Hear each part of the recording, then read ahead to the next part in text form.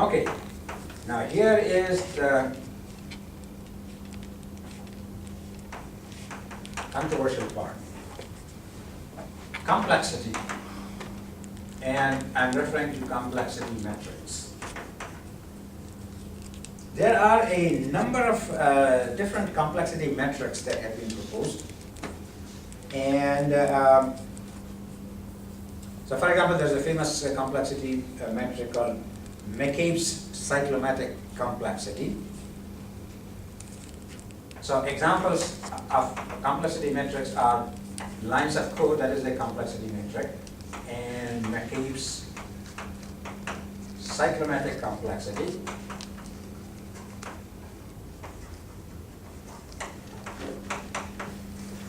And there are others. Now basically his idea was, McCabe's idea, that if a code has is too complex, if it has too many things connected, interconnected in a complex way, then you are likely to have more defects there. So there's a complexity that you can measure. And people have done some studies of defect density, and people have seen how different complexity metrics, and they have found that most of the complexity metrics, they are correlated with defect density. However, most of the complexity metrics are highly correlated with number of lines of code. And once you take into account the number of lines of code, and if you are measuring defect density, you are already taking into account the number of lines of code, right? Because to get defect density, you take the total number of defects divided by the number of lines of code. So when you take defect density, you are already taking the number of lines of code into account. So what they have found is that after you have used the number of lines of code, other complexity metrics don't seem to add much. So a software with high cyclomatic complexity should have higher defect density, but the studies could not support that hypothesis. And that is somewhat confusing, because normally you think if something is more complex, it should have more defects, right?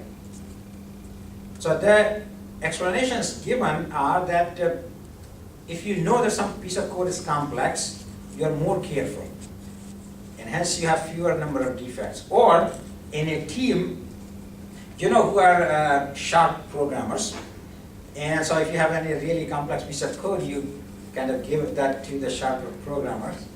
So I've seen a few explanations for why there doesn't seem to be, this doesn't seem to affect the defect density. So there are other complexity metrics, but so far I haven't seen anything that will show reasonably convincingly that using them gives you more information beyond the number of lines of code. Any questions or comments? Okay, so and then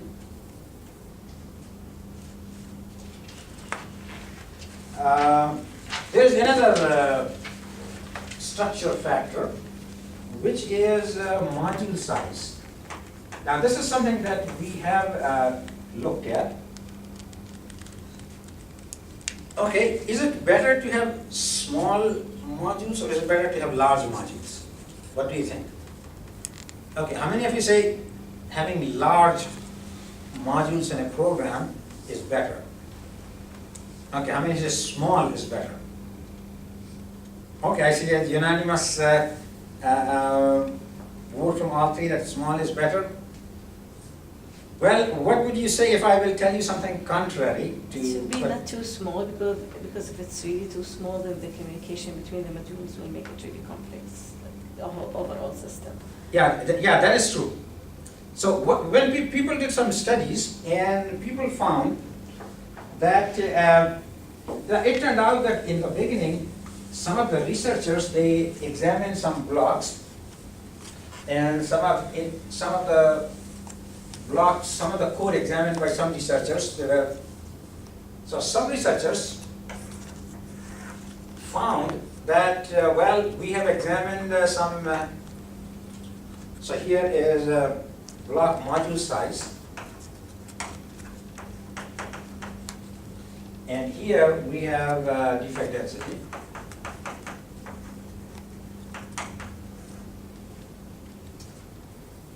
So some researchers, they found that they took some points, and their data kind of looks like this. So they concluded, well, defect density goes up by module size. On the other hand, some researchers, they looked at some software, and they found some points like this. They said, well, no, we disagree. Defect density goes down as module size grows.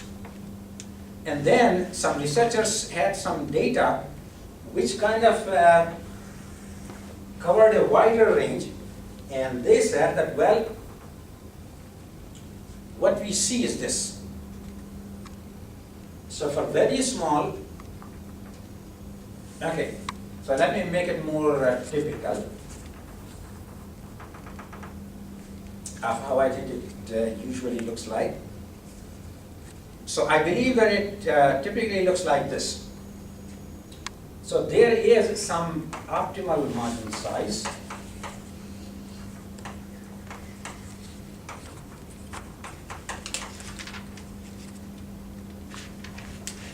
And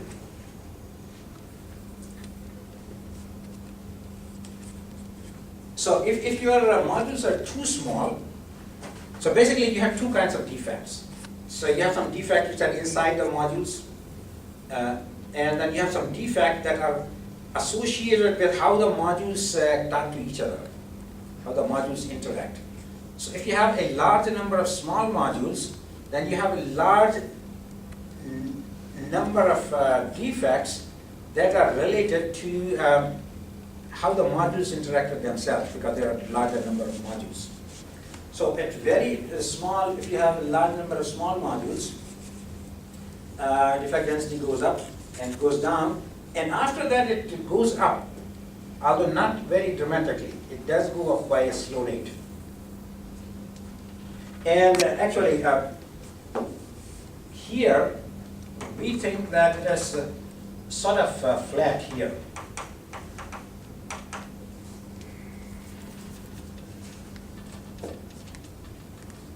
And then we asked a question. Okay, so if you have a project, in that project you develop, let's say, maybe 2,500 different modules. Now these modules are not actually of the same size, right? So if you will take a typical project, and if you will make a plot of module size and how many modules are there of that size,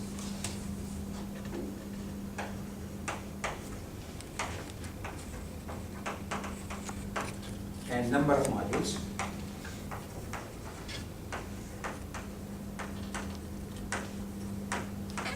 Now, how do you think this graph would look like? So, do you think in a given project the modules are about the same size? Usually not, right? Okay. Would you think that there would be sort of like this? That there's some, most of them are sort of average, and that some small, some big. Or would you say that they are like this? That there are a lot of small modules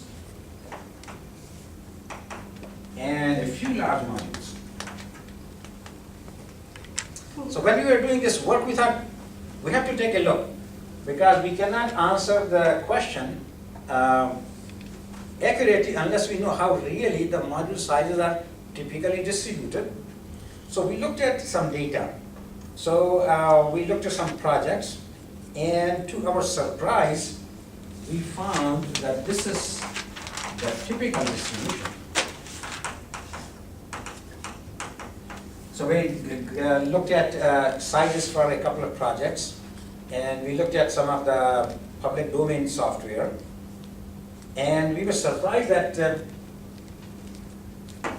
typically, of course, this of course, it is of course your choice. So if you are the manager of the software, you can require your workers to try to develop a program with modules of certain sizes. So this is something you can control. But if you don't control it, this is what people naturally tend to do. They would have a large number of modules which are small, and small number of modules that are large. And my guess is this has something to do with how people think. So this is sort of a natural thing. Okay, so now if you consider this, so do you think that this is an optimal distribution? Is this what you should have? Consider here, very small modules, and actually after we did our work, so we actually got a lot of criticism. Some people said, everyone knows that small modules are good. So, and you are advocating that small modules are not good. So that was contrary to popular view. But then some other more data came out, and that the researchers have published, and it shows, the data clearly shows that you have this type of behavior. And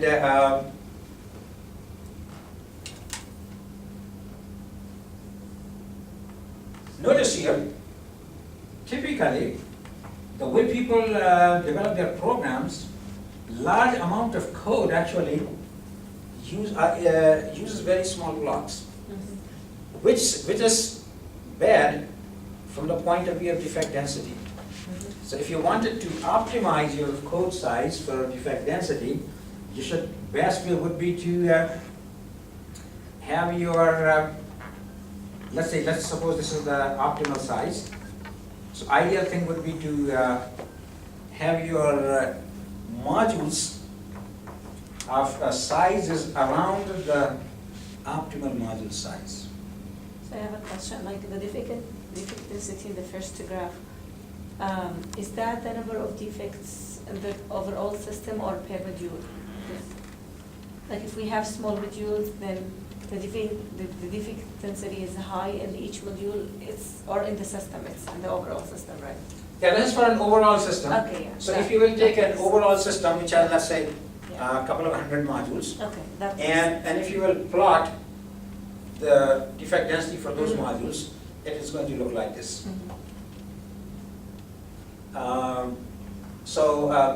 Basically our expectation is that if there's a module of small size, its defect density below this value, then its defect density is likely to be higher. And that our explanation is that it is, so we did a study which was in October 2000. So we did this study in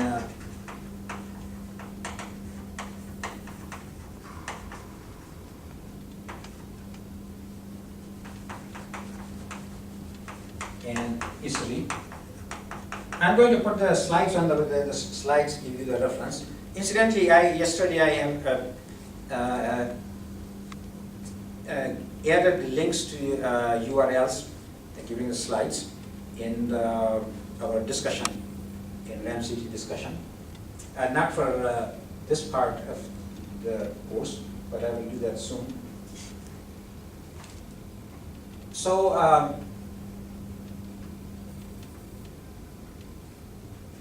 now there are some papers that people have written, and what you will, so some people say that they could not find any, some people, if they will look at this here, they will say, well, I don't see any pattern, because some people are actually looking for a linear pattern.